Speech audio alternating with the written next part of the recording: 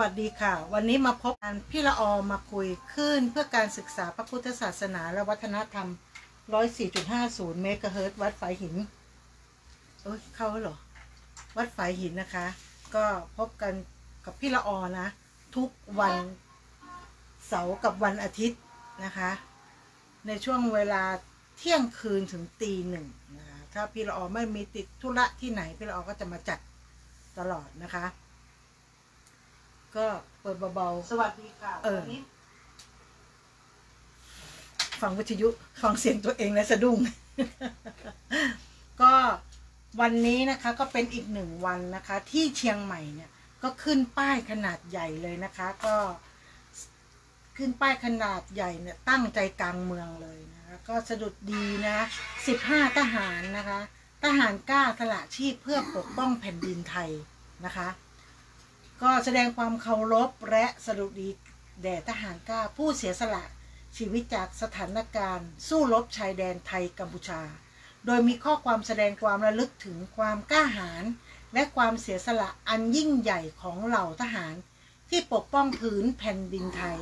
นะโดยมีประชาชนเนี่ยก็นำดอกไม้มาวางเพื่อร่วมไว้อาลัยนะคะป้ายดังกล่าวเนี่ยก็ซึ่งก็จะมีภาพของทหารกล้าผู้เสียสละนะคะจากสหรภูมิชายแดนที่ถูกติดตั้งบริเวณจุดสัญจรสำคัญกลางเมืองเลยนะคะพร้อมกับธงชาติไทยที่นำไปติดไว้ตลอดแนวรั้วนะคะซึ่งเป็นการแสดงออกถึงความรักชาติและเป็นห่วงใยพี่น้องทหารที่ทำหน้าที่ปกป้องอธิปไตยอย่างเต็มกำลังนะคะส่วนนายมโนนท่าวังเจ้าของร้านดอกไม้ในตัวเมืองเชียงใหม่ก็นำดอกกุหลาบสีขาวถาดใหญ่มาวางไว้อาลัยที่หน้าป้ายโดยบอกว่ารู้สึกสะเทือนใจนะรู้สึกสะเทือนใจมากกับความสูญเสียที่เกิดขึ้นตัวเขาเองเนี่ยเป็นประชาชนแนวหลังที่ติดตามสถานการณ์ด้วยความเป็นห่วงเมื่อทราบว่ามีจุดให้ร่วมไว้อาลัยจึงนำดอกกุหลาบสีขาวที่หมายถึงความรักอันบริสุทธิ์มาวางไว้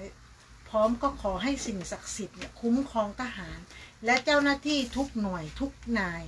ที่ยังคงปฏิบัติหน้าที่ในชายแดนนะคะก็ขอให้ทุกคนแคล้วคลาดจากอันตรายและได้กลับสู่อ้อมกอดของครอบครัวอย่างปลอดภัยนะคะทุกคนก็ร่วมไว้อาลัยได้นะตอนนี้ไม่ว่าจะที่ไหนนะคะไม่ว่าจะเป็นหน้าบ้านนะคะร้านขายของหรือสถานที่ไหนก็แล้วแต่แม้แต่เสื้อผ้าตอนนี้ก็เริ่มมีสติกเกอร์ที่ติดท้ายรถมีเสื้อที่เป็นธงชาติไทยผืนแผ่นดินไทยละเขาเรียกแหลมทองของไทยนะก็จะคือเราแสดงสัญลักษณ์ว่านี่คือประเทศไทยนี่คือเราเป็นคนไทยเรารักประเทศชาติของเรานะคะเราก็ต้องร่วมไว้อาลัยกับครอบครัวของเขานะคะที่ทหารกล้าเนี่ยเป็นผู้เสียสละนะคะเสียสละชีวิตนะคะเพื่อให้แนวหลังอยู่กันอย่างสุขสบายแนวหลังก็คือพวกเรานี่แหละนะคะเราจะทำยังไงนะคะที่เขาเรียกว่าแสดงออกในความรักชาติได้นะคะเขาบอกว่าสละชีวิตอย่างมีเกียรติมีศักดิ์ศรีนะก็ขอให้ทุกเหล่าทหารทุกท่านนะคะไปสู่ภพภูมิที่ดีนะคะก็ขอให้ทหารทุกนายที่ยังปกป้องผืนแผ่นดินไทยอยู่รักษาที่มั่นแล้วก็ขอให้ปลอดภัยนะคะทุกคนก็รายการพี่ละออมาคุยร่วมกับวัดฝายหินนะคะก็ขอเป็นกำลังใจและส่งกำลังใจให้กับทหารที่อยู่แนวหน้าทุกคนนะคะเมื่อวานพี่ละออก็พูดไปเยอะนะมันก็จะมีแบบตลอดนะคะมีข่าวตรงนั้นตรงนี้ที่แบบว่ามันจะต้องมีณวันนี้นะณวันนี้ขนาดบรรดาทูตต่างๆที่มาในประเทศไทยเนี่ยอย่างมาเลเซียเนี่ยที่เป็นประธานนะคะก็ได้ออกมาชี้แจงแล้วว่าไทยไม่ได้ละเมิดนะคะกฎกฎหมายนะคะและไทยไม่ได้เป็นผู้เริ่มยิงก่อนคือแสดงตัวว่าไทยยังรักษาอย่างเฉลยเนี่ยก็ไม่ได้ทารุณกรรมอย่างที่เขา ออกมาประท้วงออกมาที่นำนักศึกษาเด็กวัยรุ่นต่างๆที่ถูกล้างสมองแล้วโดยนายกรัฐมนตรีของประเทศกัมพูชานะคะก็เขาปลูกฝังกันมาเนาะก็เขาจะแบบอะไรประเทศเขานี่เชื่องง่ายนะคะก็ออกมาประท้วงว่าขอความยุติธรรมขอความสันติสุขกลับมานะคะจริงๆแล้วประเทศเขานั่นแหละเป็นคนที่ลุกลามประเทศไทยนะลุกล้ำอธิปไตยของไทยนะก็ทางมาเลเซียหรือผู้นำต่างๆก็ได้ออกมาแล้วว่าเห็นประจักษ์แจ้งว่าใครทำใครก่อนนะคะโดยการที่ยิงเข้าโรงพยาบาลนะคะปั๊มน้ำมันที่ประชาชนอยู่ผู้อยู่อาศัยที่เขาไม่ได้ไปอยู่ไม่ได้จับปืนนะคะไม่ได้มีการไปสู้รบอะไรด้วยนะก็เป็นอะไรที่แบบน่าด้านเนาะขยันข่าวกรองนะจะหยุดเรื่องนั้นไปแป๊บหนึ่งเพราะมีข่าวด่วน3 ชั่วโมงที่แล้วบอกว่ารับแจ้งมีการพบศพบริเวณป่าดอยสุเทพสภาพบริเวณศีรษะเหลือแต่กะโหลกเจ้าหน้าที่อยู่ระหว่างตรวจสอบและเบื้องต้นยังไม่สามารถนำออกมาได้เนื่องจากอยู่ในป่าลึกและมืดมากนะคะก็วันนี้นั่นแหละนะคะสภ.ภูพิงค์นครภูพิงค์ราชนิเวศเชียงใหม่เนี่ยพร้อมด้วยกู้ภัยมูลนิธิรวมใจเชียงใหม่กู้ภัยกุศลสงเคราะห์เชียงใหม่และเจ้าหน้าที่ในพื้นที่ทำการตรวจสอบที่เกิดเหตุบริเวณด้านหลังสวนเลยทางขึ้นวัดศรีโสดาพระอารามหลวงเป็นพื้นที่อุทยานแห่งชาติดอยปุยนะดอยสุเทพปุยภายหลังจากที่ได้รับแจ้งจากประชาชนที่เข้าไปในพื้นที่ว่าได้กลิ่นเหม็นเน่าลอยมาอย่างรุนแรงคล้ายกลิ่นศพโชยไปทั่วจึงขอให้ทางเจ้าหน้าที่ทำการตรวจสอบบริเวณดังกล่าวนะต่อมาก็ได้นำกำลังพร้อมอุปกรณ์ส่องสว่างเข้าทำการตรวจสอบตามที่ได้รับแจ้งก็ทำให้พบร่างของผู้เสียชีวิตในสภาพที่เน่าเปื่อยขึ้นอืดคาดว่าเสียชีวิตมาหลายวันแล้วและยังไม่สามารถระบุเพศอายุของผู้เสียชีวิตได้เนื่องจากต้องรอทางเจ้าหน้าที่พิสูจน์หลักฐานเข้ามาตรวจสอบแต่เนื่องจากเส้นทางบริเวณพื้นที่นั้นเป็นป่าลึกและค่อนข้างมืดจึงมีการปิดพื้นที่ไว้ก่อนและจะนำเจ้าหน้าที่มาตรวจสอบใหม่อีกครั้งในวันพรุ่งนี้นะคะใครที่มีญาตินะคะคิดว่าญาติเนี่ยหายออกจากบ้านไปนะคะ2-3 วันแล้วหาไม่เจอติดต่อไม่ได้ก็ลองมานะคะมาพิสูจน์อัตลักษณ์นะคะ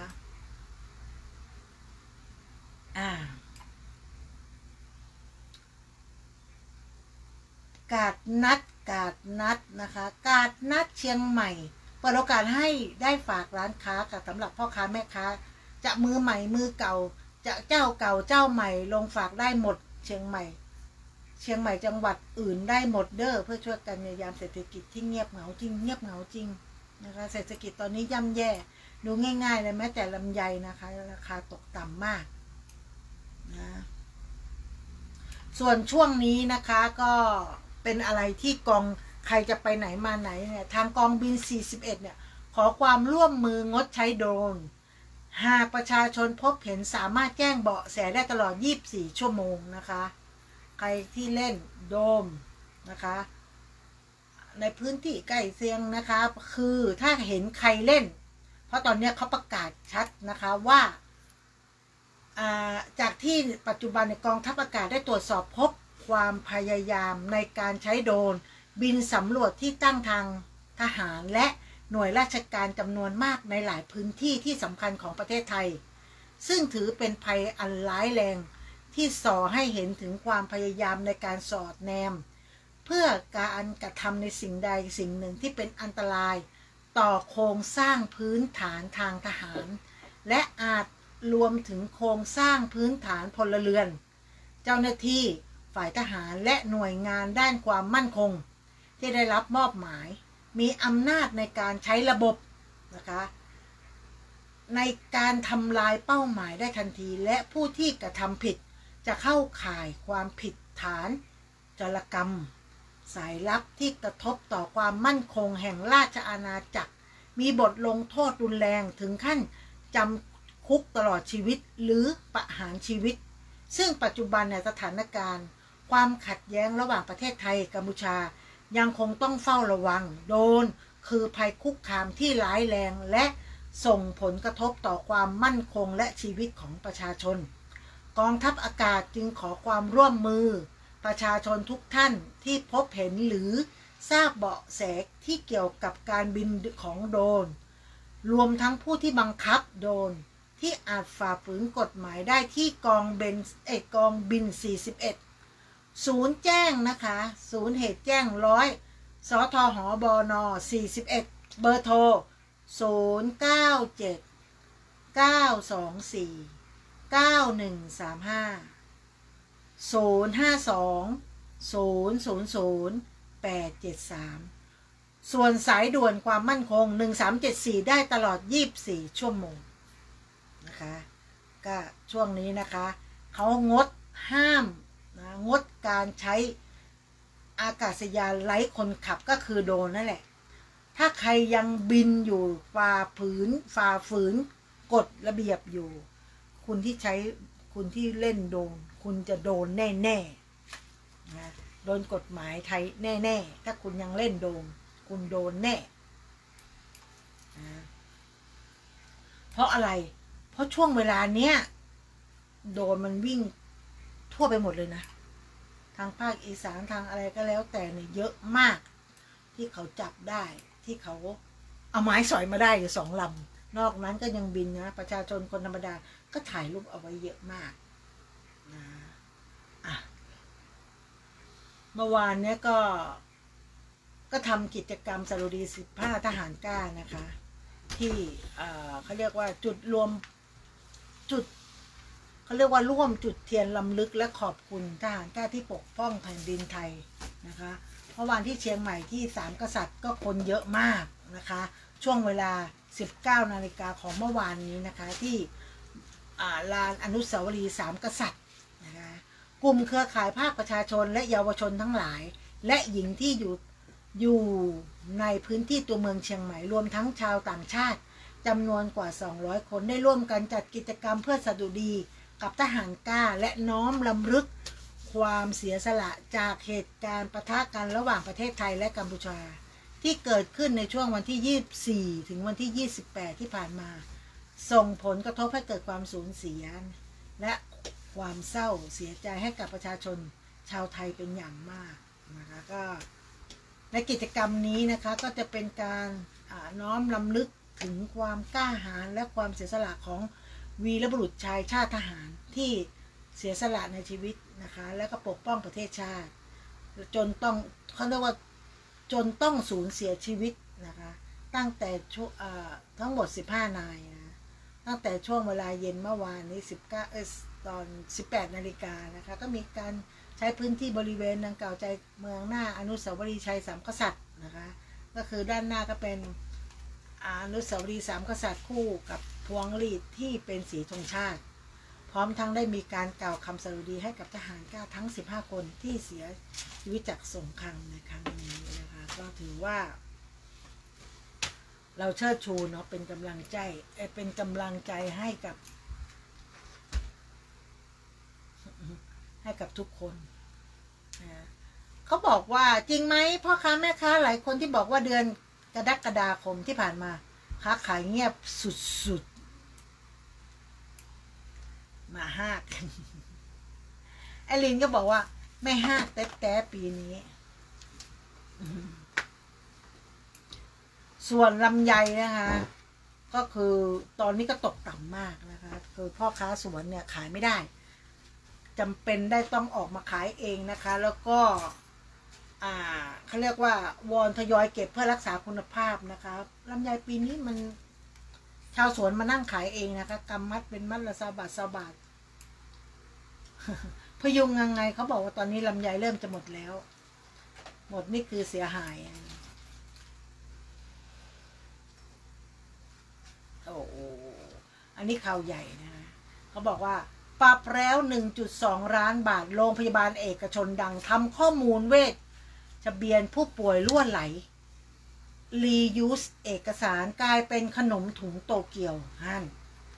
ข้อมูลของประชาชนเป็นขนมโตเกียวไปแล้วนะคะ ก็ต้องเนี่ยเขาเรียกว่าจะทำลายอะไรมันก็ทำไม่ดีไงมันก็เกิดเหตุการณ์แบบนี้ขึ้นมานะที่เป็นจริงๆใช่ไหมครับแวบแรกนึกว่าโดนผีหลอกอารมณ์ไหนมาวิ่งกลางเกาะกลางถนนรับสองครับรอดมาได้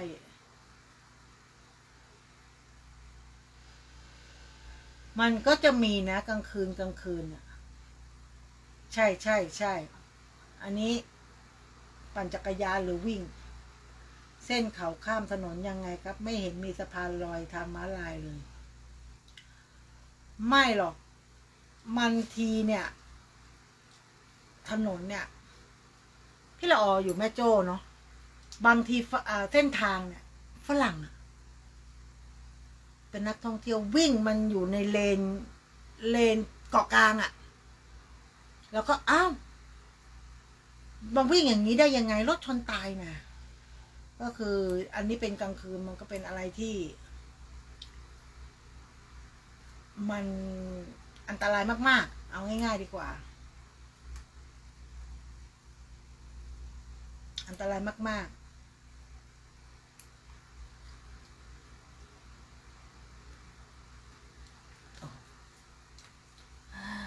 เราน่าอยู่ไหมคะก็ว่าจะไม่สนใจพูดถึงข่าวแล้วนะคะว่าประเทศกัมพูชาปฏิเสธร่างทหารที่เสียชีวิตจากเหตุการณ์ปะทะไม่ใช่ทหารของตนคุณกัมพูชาทั้งหลายพี่ที่เป็นทหารกล้าทั้งหลายฟังเอาไว้นะในเมื่อทางอะไรนะทางรัฐบาลของกัมพูชาเนี่ยเขาเรียกว่า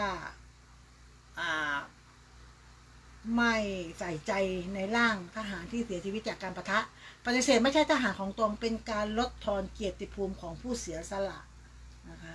ก็ทำไปได้นะคะต้องให้คุณฮุนเซนเนี่ยให้ฮุนเซนมาลบเองพวกมีปัญหานี่จับมาลบเลยอ้าวภาคเหนือ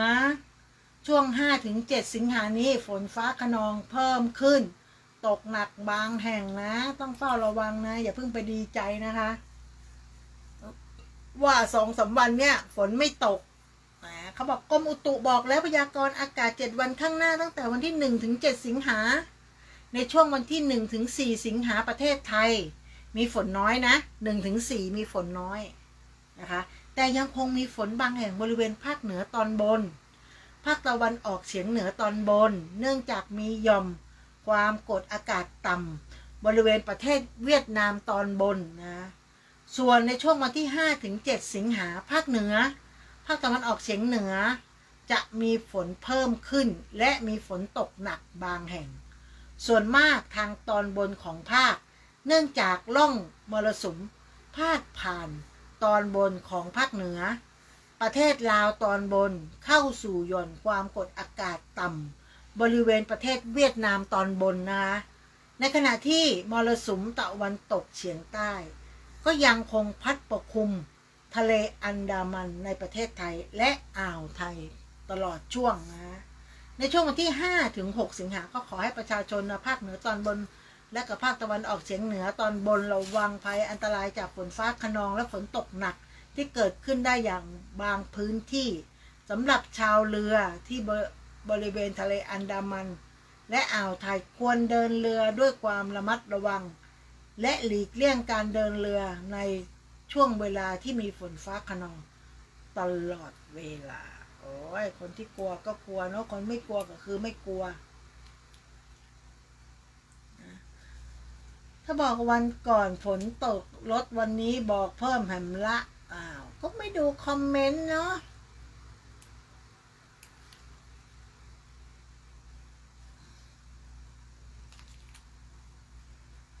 ร้อนมาก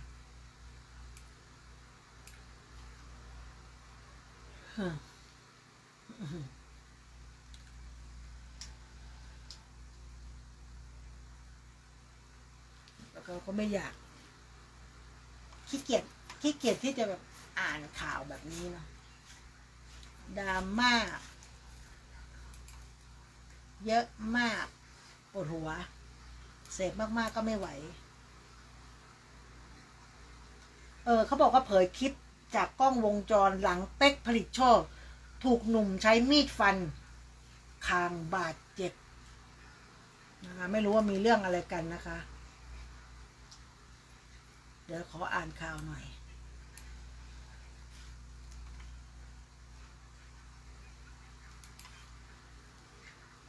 ก็ยังงงอยู่นะคะเขาบอกว่าเดี๋ยว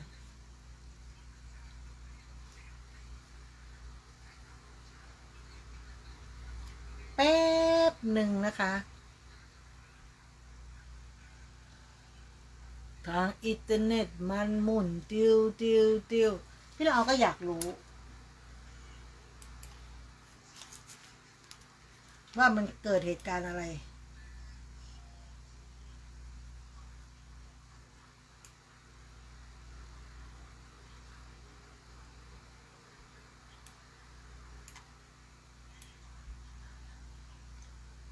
ชุดแจ้งด่วนผู้ไม่มีบัตรผ่านกองบิน41ของงดการผ่านเข้าออกตั้งแต่วันจันทร์ที่4 สิงหา68เป็นต้นไปเป็นการชั่วคราวผู้ไม่มีบัตรผ่านกองบินคนที่ผ่านกองบินได้มันก็ต้องมีบัตรอยู่แล้วเนาะถ้าไม่มีบัตรเขาก็ไม่ให้เข้าอยู่แล้วนะของงดการผ่านเข้าออกตั้งแต่วันที่4คือต้องบอกว่าทั้งมีบัตรและไม่มีบัตรไม่ให้เข้าผ่านงั้นเข้าใจได้นะคะก็คืองงกับอันนี้นะคะเขาบอกว่าเพื่อเป็นการบรรเทาสภาพการจราจรติดขัดในช่วงเวลาที่สถานการณ์มีความตึงเครียดลดลงแต่ยังจำเป็นต้องดำรงมาตรการรักษาความปลอดภัยนะคะฐานบินอย่างต่อเนื่องกองบิน41จึงของงดการผ่านเข้าออกสำหรับบุคคลและรถที่ไม่มีบัตรอนุญาตซึ่งปกติไม่มีบัตรทหารก็ไม่ให้เข้านะตั้งแต่วันจันทร์ที่4เป็นการชั่วคราวจนกว่าจะมีมาตรการเป็นอื่นการผ่านเข้าออกสำหรับรถที่ไม่มีบัตรก็ทุกคนที่เข้าออกก็มีบัตรนะไม่เขาเข้าเขาก็ไม่เข้าเขาก็รู้อยู่นะว่าตรงกลางเขาต้องการใครต้องการอะไร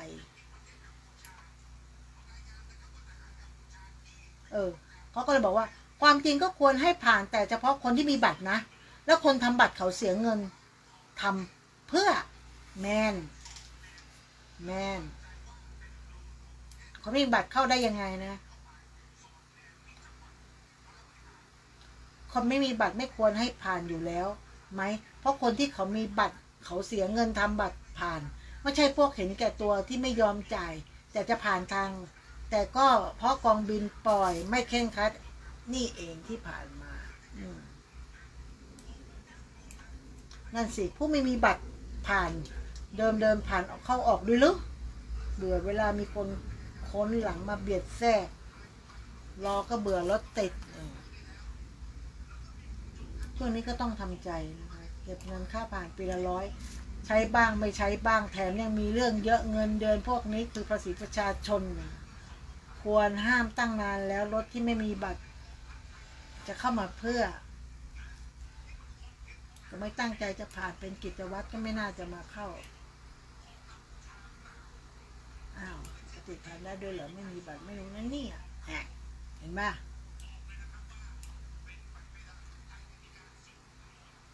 รถติดยาวทหารบอกมีคำสั่งออกมาใหม่ตรวจรถยนต์ติดยาวแน่ผ่านได้แค่ช่วงเร่งด่วนเช้าเย็น6 โมง 9 โมงเย็นเดี๋ยวคนไม่รู้จะคิดว่าผ่านได้ผ่านไม่ได้คนจ่ายผ่านยากคนฟรีผ่านง่ายงงดีแล้วครับอุตส่าห์ยืนต่อคิวทำบัตรไปยื่นไปรับเองชวนกันมาติดจะทำเพื่อปกติไม่มีบัตรก็โดนโบกให้กลับรถตลอดนี่หรือยกเลิกมาตรการเส้นทางเร่งด่วนชั่วคราวหว่าชายแดนรอสถานการณ์สงบจึงจะกลับมาให้บริการเหมือนเดิมหรือเปล่าขนาดมีบัตรรถติดยาวเหยียดถึงแยกไฟแดงมุ่นเลยแต่ นี่ก็อีกเรื่องหนึ่งเธอพัดลมฉันทำไมมันเป็นแบบนี้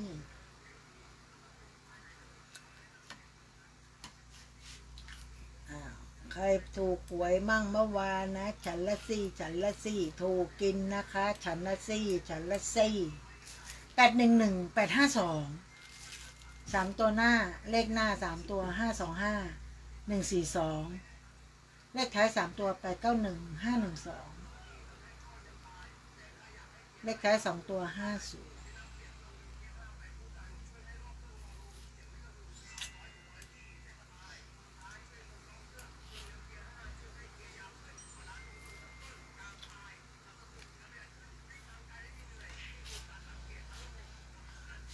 อากาศมันร้อนฉันก็ชาร์จเธออยู่นะ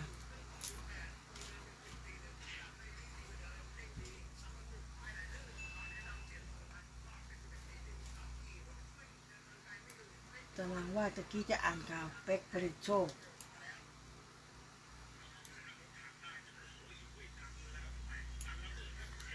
ไปมาไปไหนกับหมู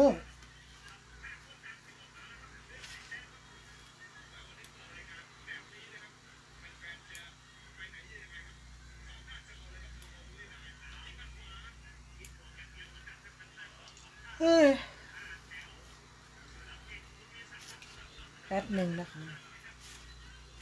มันร้อนแล้วมันทำให้เราง่วงนอนเนื้อตัวเหนียวไปหมด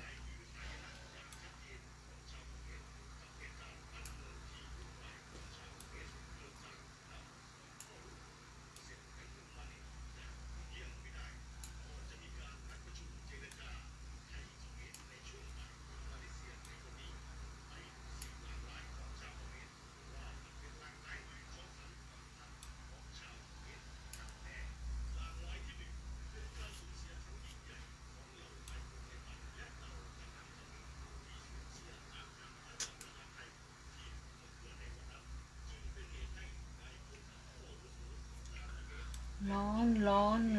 นมันทำไมมันร้อนอย่างนี้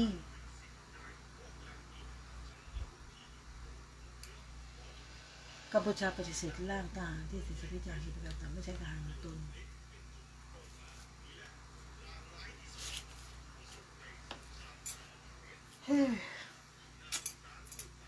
ตะกี้เจอข่าวตรงไหนร้อนมาก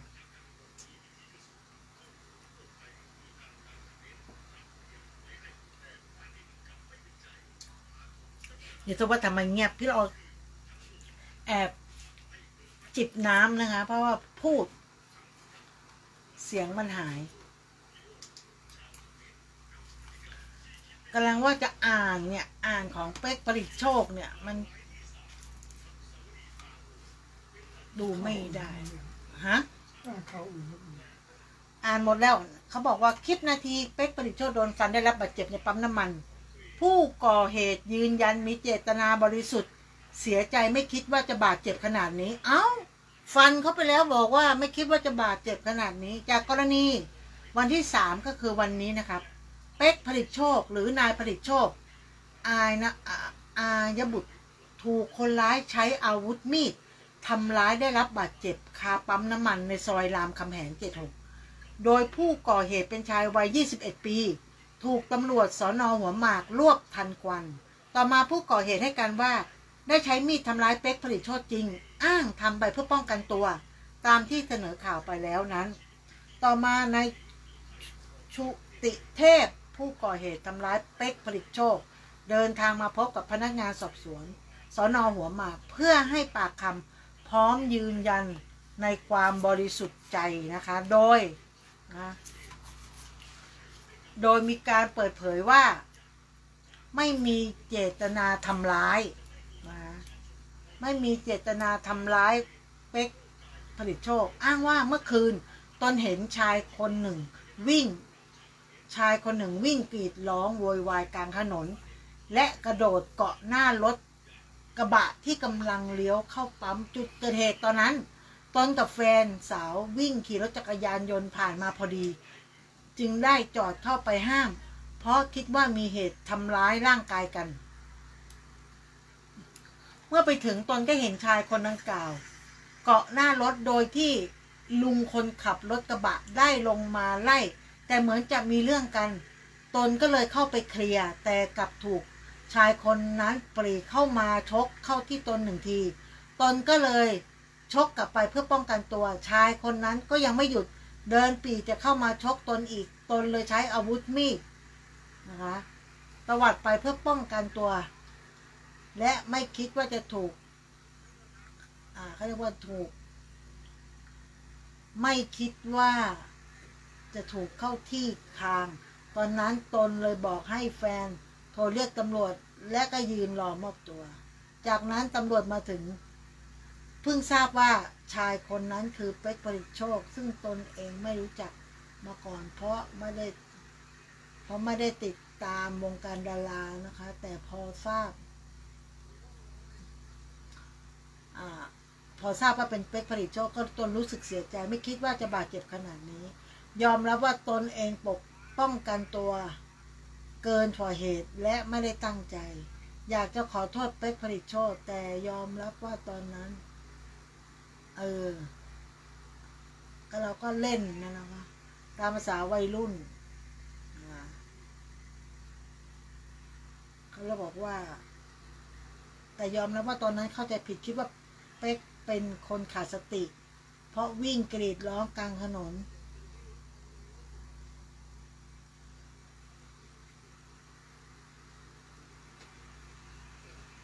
ส่วนเขาบอกอาวุธที่พกมาตนเองก็คือเป็นไรเดอร์วิ่งกลางคืนเคยถูกคนจีนทำร้าย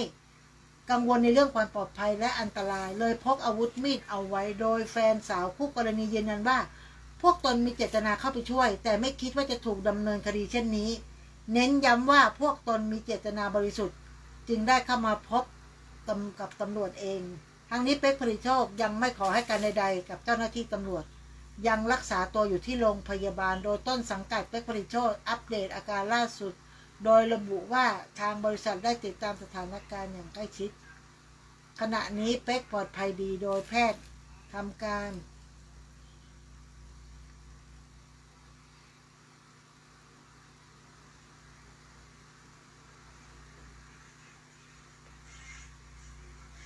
ส่วนเขาบอกว่ากรณีนี้ที่เข้าไปช่วยเนี่ยยันไม่ขอให้การใดๆกับเจ้าหน้าที่นะคะแล้วก็ต้นสังกัดเนี่ยก็รอว่าอัปเดตสถานการณ์ตอนนี้เป๊กปลอดภัยดีโดยแพทย์ทำการทำแผลสะอาดและก็เย็บแผลเบื้องต้นให้เรียบร้อยแล้วนะคะทุกคนก็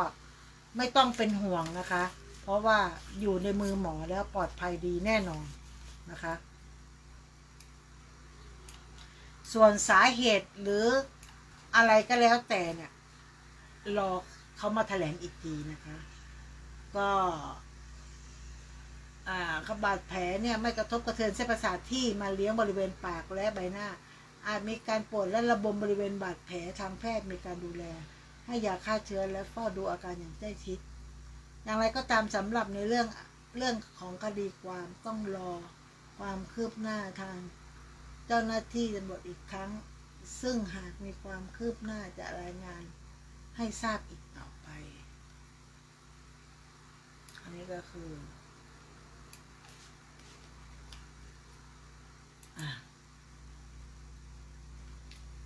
เราก็งง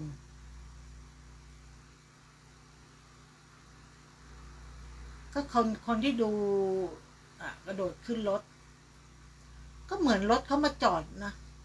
เพราะเป๊กไปยืนอยู่หน้ารถนะคะไปยืนอยู่หน้ารถแล้วก็กระโดดขึ้นอย่างง่ายๆแบบรถก็ไม่ได้มาเร็วนะถ้ามาเร็วเนี่ยชนเสียชีวิตแน่นอนนะเราก็ไม่รู้ว่าไปเกาะเมาหรือเปล่านะคะไม่แน่ใจว่าเมาหรือเปล่าก็มีคนที่แบบว่าผู้ก่อเหตุคนขับกระบะ คือไม่รู้ว่ามีอาการเมาหรือไม่เมาไม่รู้ก็โวยวายนู่นนี่นั่นนะคะ ก็คนที่มาห้ามเราก็ไม่รู้นะในเหตุการณ์น่ะก็ว่ามันเป็นยังไงนะคะ แต่เราก็เห็นเนี่ยประชกต่อยกันมือเปล่ากับคนมีมีดนะดีนะกล้องวงจรเห็นทุกอย่างนั่นไงถูกฟันมีมีดแล้วตัวเองอ่ะอุ้ยฟันซ้ำกระทืบซ้ำอีกไม่ตายก็ดีนั่นเนี่ยก่อชุลมุนโดนมีดฟันคางเก็บมีดก็คือดีนะที่ว่ามีกล้องวงจรนี่เห็นแบบเหตุการณ์ที่ชัดมากนะคะเหตุการณ์ชัดมาก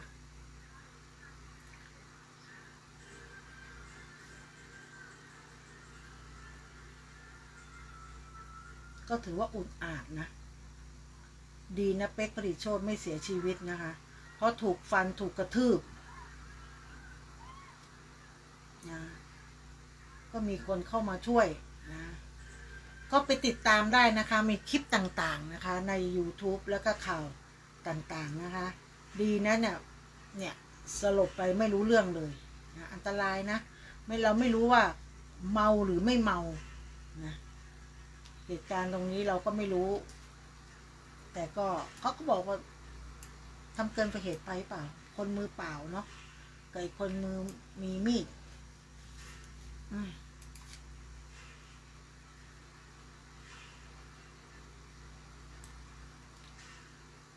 2-3 วันนะเมื่อวานกับวันนี้นี่ร้อนมากๆเลยนะ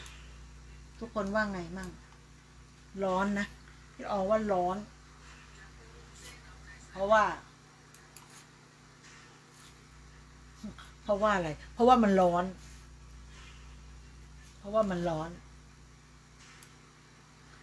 ก็ไม่มีอะไรมากนะคะก็มีทั้งข่าวฝนแต่ตอนนี้ที่ก็มี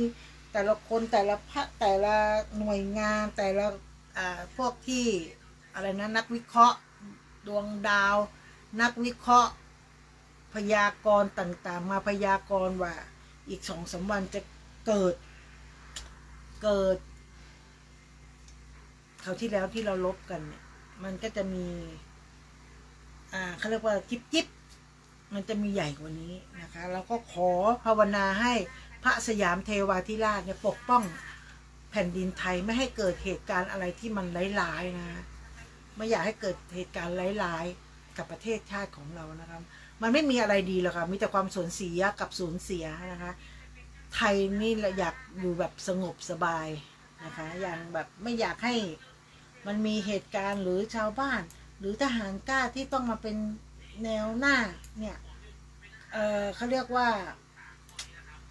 ต้องได้สูญเสีย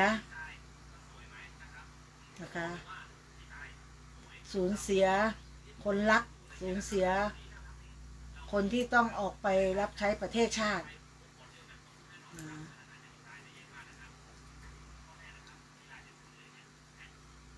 ก็ขอให้ที่คำทำนายนั้นน่ะมันหมดไปอย่าให้เกิดขึ้นจริงปิดอีก1 ตำนานเชียงใหม่ฟ้าห้ามหมูกระทะซีฟู้ดบุฟเฟ่ฟ้าห้ามให้บริการ12 วันสุดท้ายก่อนจากราฟ้าห้ามตรงไหนเศรษฐกิจมันแย่นะเศรษฐกิจมันแย่โดยระบุว่าฟ้าห้ามหมูกระทะเนี่ยจะเปิด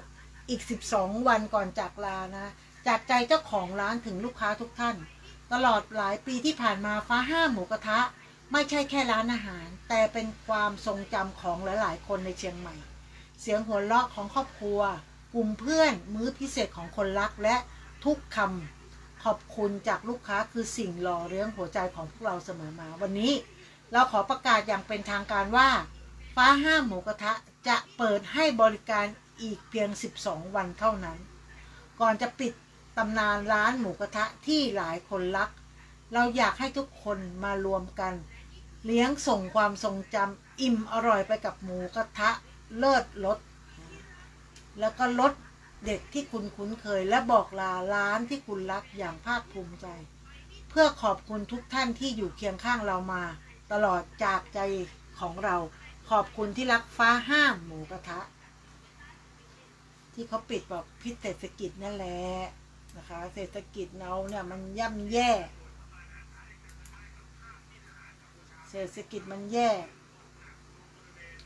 ร้านดังๆก็คืออยู่ไม่ได้เหมือนกันก็ช่วงนี้ก็เกิดอย่างขึ้นตอนแรกติดใจรอบสองพอเลย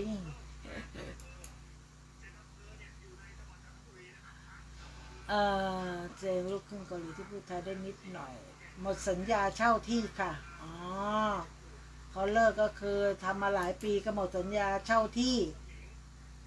สู้อะไรครับป้าจิ๋มหนูไม่ใช่เจ้าของร้านค่ะก็คือนั่นแหละยังไม่เคยไปกินเลย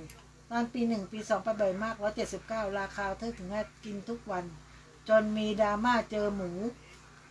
ห่างหายไปกลับไปกินอีกรอบขึ้นราคาแรงมากหมดสัญญาเช่าเหรอครับชอบไปกินปิดทำไม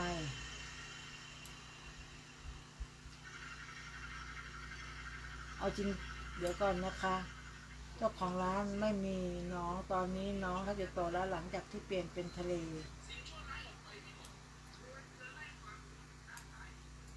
และการแยกถึงร้านจะดีแค่ไหนใครก็ไม่อยากเข้าหมูกระทะเป็นดอกเห็ดลูกค้าต่างเลือกสรรอร่อยใช่นะคะบางทีราคาเท่ากันแต่คุณภาพของสินค้านะคะคุณภาพของสินค้ามันไม่ตรงปกคนเขาก็จะเลือกสรรที่จะไปกินร้านที่มันมีทุกอย่างเราในประเภทสายหมูกระทะนะคะถ้าคุณแพงเท่ากับร้านอื่นถ้าคุณแพงเท่ากับร้านอื่นแต่ร้านอื่นคนเข้าเยอะแต่ร้านเราทำไมคนไม่เข้าหมูกระทะราคาเท่ากันร้านที่คนเข้าเยอะๆนะคนเราเนี่ยกินหมูกระทะไม่เท่าไหร่เหมือนกินบุฟเฟ่เนี่ยกินหมูกระทะกันไม่เท่าไหร่หรอกเขาไปกินอะไรไปกินของเล่นไม่ว่าจะเป็นข้าวต้มตำไม่ว่าจะคือไอหมูมันไปหยิบมาหน่อยเดียวนอกนั้นกินของทานเล่นกันมันมีหลากหลายให้เลือกนั่นแหละคนชอบนะคะกินนู่นกินนี่ตัดกำลังขนมหวานมีไอศครีมเนี่ยเขาเรียกว่ามันมีหลายอย่างเขาบอกว่าเคยไปนานแล้วพาเด็กๆไปทีมฟุตบอลเลี้ยงฉลองกุ้งไม่เติมแบบกักสักพักบอกว่าเติมเรื่อยๆหายไปยาวเหลือแต่หมูแบบกินไปพอเสร็จจบข่าวมื้อเดียวปิดไปเลยค่ะพนักงานบริการห่วยมากร้านก็สกปรกเคยร้องเรียนไปแล้วแต่เหมือนทำหูทนลมต่างกับเมื่อก่อนเหมือนเปลี่ยนเจ้าของเลยก่อนอาหารเยอะมากไม่ว่าจะเป็นของทานเล่นของทะเลจนเดี๋ยวนี้รอ249ครั้งสุดท้ายไม่คิดจะไปอีกเลยจาก159มัน169ไปแล้ว99อีกเขาเรียกว่าแฟนตัวยงนะคะฟ้าธานี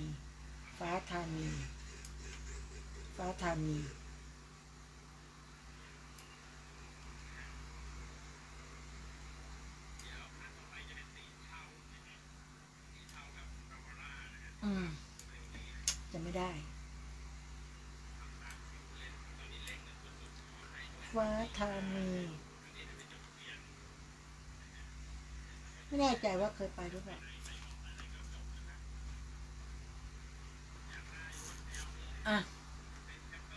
กี่โมงวันนี้ก็มาพูดเรื่องข่าวซะส่วนมากเป็นวันนี้เราไม่มีอะไรพูดมากมายนะก็ใกล้วันแม่เนาะ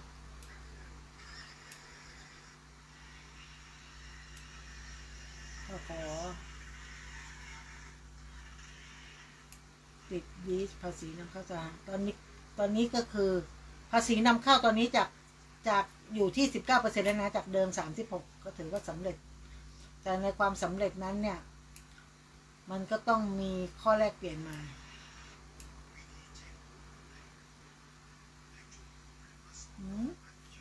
โปรดเกล้าแต่งตั้งนายนิรัตน์ พงษ์สิทธิถาวรจากผู้ว่าเชียงใหม่เป็นอธิบดีกรมการปกครองจากผู้ว่าวันที่31 กรกฎาคมเว็บไซต์ราชกิจจานุเบกษานะคะได้เผยแพร่ภาพประกาศสำนักนายกรัฐมนตรีเรื่องแต่งตั้งข้าราชการพลเรือนสามัญมีพระบรมราชโองการโปรดเกล้าโปรดกระหม่อมให้ข้าราชการพลเรือนสามัญสังกัดกระทรวงมหาดไทยพ้นจากตำแหน่งและแต่งตั้งให้ดำรงตำแหน่งประเภทบริหารระดับสูงจำนวน4 รายดังนี้ 1. นายชัยวัฒน์จุลทิรพงศ์พ้นจากตำแหน่งอธิบดีกรมการปกครองและแต่งตั้งให้ดำรงตำแหน่งผู้ตรวจการราชการกระทรวงสำนักงานปลัดกระทรวงส่วนนายนฤชาโฆษณาศรีวิไลพ้นจากตำแหน่งอธิบดีกรมการส่งเสริมการปกครองท้องถิ่นและแต่งตั้งให้ดำรงตำแหน่งผู้ตรวจการและตรวจราชการกระทรวงสำนักงานปลัดกระทรวงนายอันที่ 3นายนิรัตน์พงษ์สิทธิถาวรพ้นจากตำแหน่งผู้ว่าราชการจังหวัดเชียงใหม่สำนักนายกรัฐมนตรีนะคะและแต่งตั้งให้ดำรงตำแหน่งอธิบดีกรมการปกครอง 4. ร้อยตำรวจโทภพชนกสนานุเคราะห์พ้นจากตำแหน่งผู้ว่าราชการจังหวัดเพชรบุรีสำนักปลัดกระทรวงและแต่งตั้งให้ดำรงตำแหน่งอธิบดีกรมการส่งเสริมการปกครองถิ่นนะคะก็คือตั้งแต่วันที่29 กรกฎาคมเป็นต้นไปประกาศณวันที่31 กรกฎาคม 2568ก็ขอแสดงความยินดีด้วยนะคะ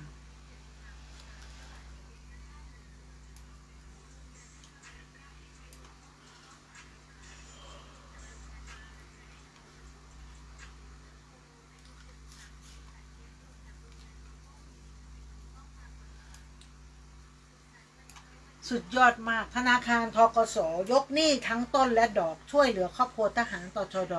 ที่เสียชีวิตจากการปกป้องอธิปไตยไทยจากสาเหตุปะทะชายแดนไทยกัมพูชา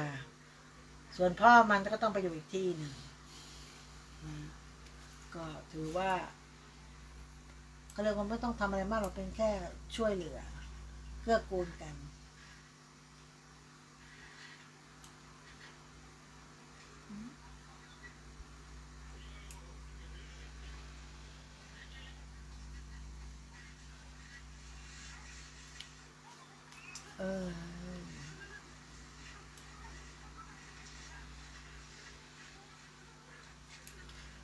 ขุดลอกแม่น้ำปิงล่าสุดผ่านไป2 เดือนเฟส 1คืบหน้าไปแล้วปรับ14%ย้ำทุกหน่วยให้บริการจัดการดินจากการขุดลอกไปเป็นระเบียบของกฎหมาย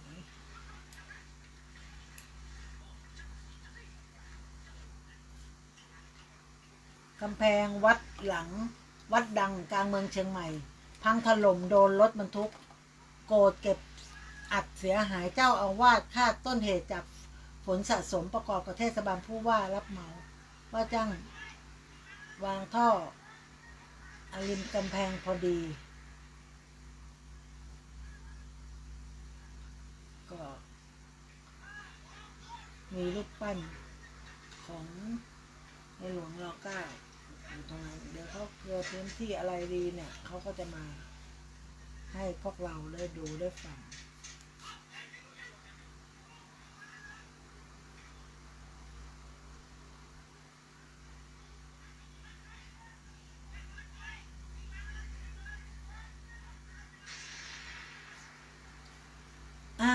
เขาจะขุดข้อกันมันก็ยังดีนะประหยัด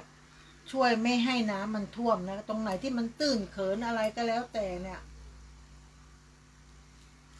มันจะได้ไม่ท่วมอย่าให้ประวัติศาสตร์มันซ้ำรอยถ้าประวัติศาสตร์ซ้ำรอยมันก็พูดซ้ำๆซากๆพูดเรื่องเดิมๆนะเขาเรียกว่าพูดไม่มีที่สิ้นสุดเท่านั้นเอง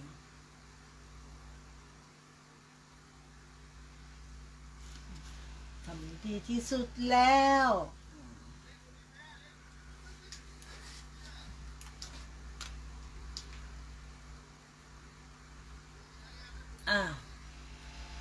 ก็เหลืออีกไม่กี่นาทีนะคะ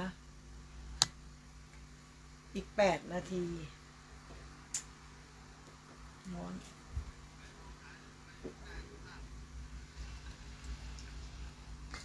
ที่เราออกก็ไม่รู้จะฝากอะไรขอฝากให้เป็นกำลังใจกับทหารที่อยู่แนวหน้าเนาะช่วงนี้ก็จะพูดแต่เรื่องของทหารเพราะว่าอะไรตอนนี้สถานการณ์บ้านเมืองมันยังไม่นิ่งนะคะตามตะเข็บชายแดนต่างๆไม่นิ่งนะคะต้องเฝ้าระวังและโดนมันก็ยังบินยั่วยวนอยู่นั่นใครที่บินเขาจับได้จำโทษตลอดชีวิตหรือถูกประหารชีวิตโทษหนักนะเขาไม่ให้บินก็อย่าบินแต่ถ้ามันเราห้ามแล้วคนอื่นมาบินสอดแนมสามารถที่จะสอยลงมาได้เลยนะคะผิดกฎผิดระเบียบผิดทุกอย่างตอนนี้ยังไม่ต้องอยากรู้อยากเห็นนะอยู่นิ่งๆเพราะสถานการณ์บ้านเมืองมันแย่เขาเรียกว่ามีไส้ศึกสอดแนมเรายิงได้ไม่ให้เรายิงหยุดยิงนะสั่งหยุดยิงนู่นนี่นั่นเขาเรียกว่าเขาคิดว่าไม่มีใครรู้คำพูดของเขาอยู่แค่ตรงนี้ไม่มีใครรู้ไม่มีใครได้ยินไม่มีใครเห็นคนของเขาซื่อสัตย์ต่อตัวเขามากนะก็เป็นอะไรที่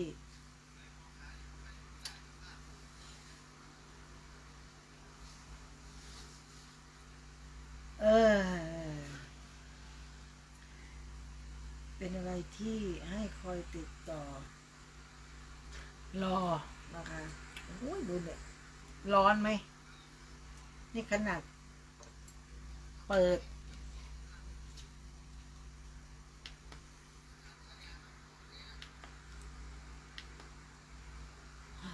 ในการที่เราออกมาคุยบางทีมานั่งคุยบางทีเราก็ว่าเอ๊ะเราคุยแล้ววันนี้เราจะคุยเรื่องอะไรเราจะพูดอะไรบางคนถามพี่เราไปคุยเรื่องอะไรบอกพี่ก็ไม่รู้เหมือนกันอยู่ในหัวสมองคิดอะไรได้ก็พูดไปแต่พูดตรงนั้นเราต้องมองสภาพพื้นที่ต่างๆนะคะมันล่อแหลมหรือว่าเป็นการที่ทำการโดยรู้เท่าไม่ถึงการหรือรู้เท่าถึงการ 100% ก็ยังทำอยู่นะคะอันนั้นก็คือจงใจและเจตนานะคะให้บ้านเมืองเนี่ยไม่ได้อยู่เป็นสุขนะคะโอ้ไม่ไหวแล้วร้อนนะพอฝนไม่ตกฝนไม่ลงนะคะอากาศมันก็แปรปรวนมันก็จะร้อน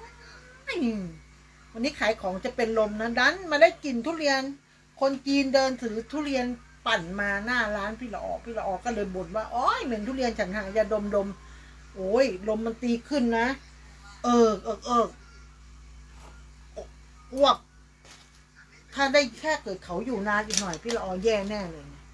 ลมมันตีขึ้นทันทีเพราะมันเขาบอกว่าบางคนบอกอยู่ผิดเดือนอยู่ตรงเดือนนะไม่ได้ผิดเดือนนะก็ตรงเดือนนะมันขึ้นอยู่กับว่าแต่ละคนชอบหรือไม่ชอบเหม็นมั้งบางคนบอกอุ้ยหอมมากเลยนะคะอยากเอาเข้าตู้เย็นแล้วเปิดตู้เย็นมาได้กินทุเรียนมาสดชื่นชีวิตเขาสดชื่นแต่คนไม่กินคือคนเหม็นน่ะเขาถามว่าลองกินหรือยังถ้าลองกินแล้วจะติดใจเกิดมาไม่เคยเอาเข้าปากเกิดมาสัมผัสได้ว่าทุเรียนคือเหม็นของเหม็นไม่เอาเข้าปากไม่ใช่ว่าเหม็นแล้วเอามาชิมบางคนบอกว่าอู้เมื่อก่อนน้องก็เหม็นแต่พอชิมเข้าไปมันอร่อยเลยเลิกเหม็นวะฮะได้ด้วยเหรองงมันเลิกเหม็นได้ด้วยเหรอก็ไม่เข้าใจเหมือนกันก็คือมันเหม็นก็คือเหม็นคนก็ดีไม่เปลืองเงินนะเขาบอกว่าทุเรียนมันราคาแพงแต่ตอนเนี้ยทุเรียนในประเทศไทยทุเรียนณตอนนี้โลเท่าไหร่เอง69 70 80ถูกมากคนที่ขายคนที่ทุเรียนออกก่อนนอกฤดูกาลหรือออกก่อนได้ราคาดีแน่นอนเพราะคนมันอั้นอยากจะกินทุเรียนมันอั้นนะคะส่วนอีกทางหนึ่งก็คือเส้นทางอะไรนะเส้นทางที่เราออกก็จำไม่ได้ละเดี๋ยวเขาปิดคอมก่อนเพราะเราจะหมดเวลากันแล้วจะล่ำลากันแล้วนะคะก็ ขอให้พระสยามเทวาธิราชนะที่ปกป้องพื้นแผ่นดินไทยนะคะแหลมทองของไทยอย่าให้ตรงไหนก็แล้วแต่ที่มันแบ่งหายไปจากการสู้รบในครั้งนี้หรือครั้งต่อๆไปอยากให้พระสยามเทวาธิราชเนี่ยเนี่ยปกป้องคุ้มครองประเทศไทยเพราะท่านปกปักรักษาประเทศไทยดวงเมืองของไทยนะก็ไม่อยากให้มันเกิดเหตุการณ์ที่มันบั่นทอนคนในประเทศนะคนในประเทศก็ต้องรักกันนะอย่าไปจงเกลียดจงชังอย่าไปนู่นนี่นั่นอะไรทำได้ก็ทำโอเคนะคะสำหรับค่ำคืนนี้พี่ละออก็ขอสวัสดีไว้นะคะไว้เจอกันใหม่วันที่9ใช่ป่ะ89เจอกันใหม่89นะคะ90สิวันที่9วันที่10นะคะเพราะแล้วก็12เนี่ยก็จะเป็นวันแม่ทำกิจกรรมนู่นนี่นั่นนะคะพี่ละออกอ่ะไม่แน่ใจทำอะไรอยู่ตรงไหนของเชียงใหม่ไม่แน่ใจนะคะโอเคสำหรับค่ำคืนนี้ราตรีสวัสดิ์บ๊ายบายค่ะนมัสการพระอาจารย์วิศบัตฐานะชาวโลด้วยนะคะสาธุไปก่อนนะคะดึกแล้ว